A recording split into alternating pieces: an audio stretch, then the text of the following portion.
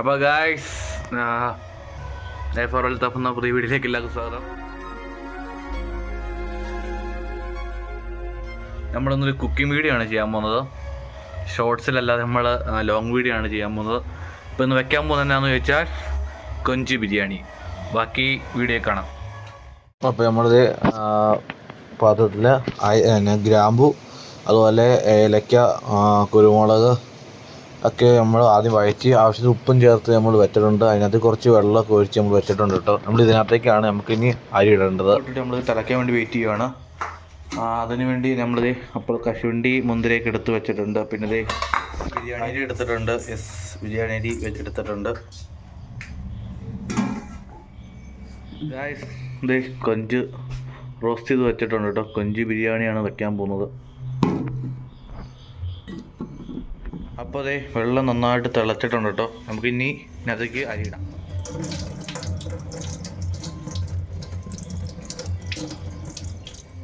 നമുക്ക് 2-3 പ്രാവശ്യം അരി കഴുകണം കേട്ടോ. അപ്പോൾ അടുത്ത പ്രാവശ്യം വീണ്ടും കഴുകാം. അരി കഴുകിയെടുത്തിട്ട് നമുക്കത് വെള്ളത്തിലേക്ക് പയ്യെ ഇടാം. കറിക്കുള്ള മസാലയ്ക്കുള്ള സാധനമാണ് റെഡി ആയിക്കൊണ്ടിരിക്കുന്നത്. നമ്മളിത് 3 സബോള, കുറച്ച് വെളുത്തുള്ളി, അതുപോലെ പച്ചമുളക്, ഇവിടെ ഉണ്ടായ പച്ചമുളക് കേട്ടോ വീട്ടിൽ. പിന്നെ കുറച്ച് ഇഞ്ചി എടുത്തിട്ടുണ്ട്. നമുക്കിതൊക്കെ ഒന്ന് അരിയാം.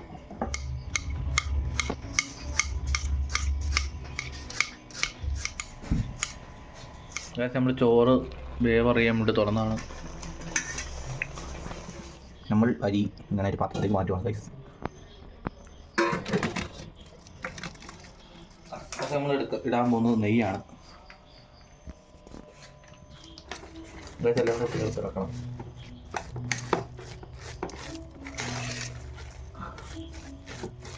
മുന്തിരി നമുക്ക് കയ്യിൽ നിന്ന് വറുത്തെടുക്കാം.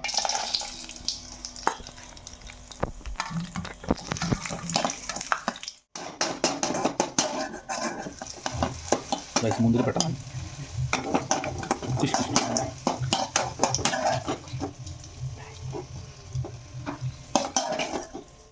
വറുത്ത് വരാൻ പോവാണ് കുറച്ച് സബോള.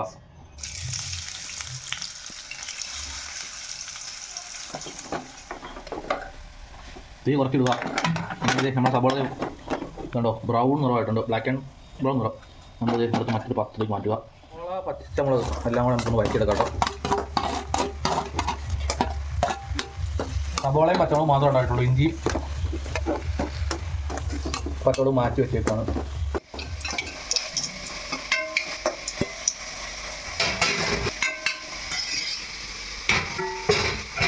പച്ചമുളക് ചേർത്തിടാം കേട്ടോ. നന്നായിട്ട് ഇളക്കി കൊടുക്കാം. കരിഞ്ഞ് പിടിക്കാത്ത രീതി.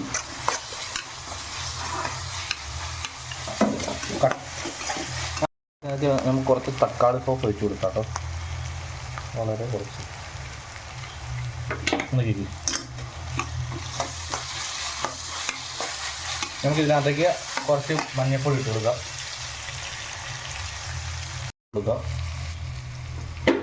ഇപ്പോൾ മഞ്ഞൾപ്പൊടി ഇത് രണ്ടുമാണ് നമ്മളിപ്പോൾ ചേർത്തേക്കണം മസാലയായിട്ട്.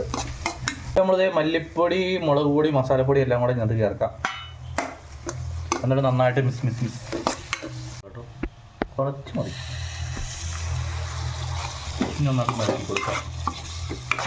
നമുക്ക് ഇതിനകത്തേക്ക് ഇനി കൊഞ്ച് ആഡ് ചെയ്യാം.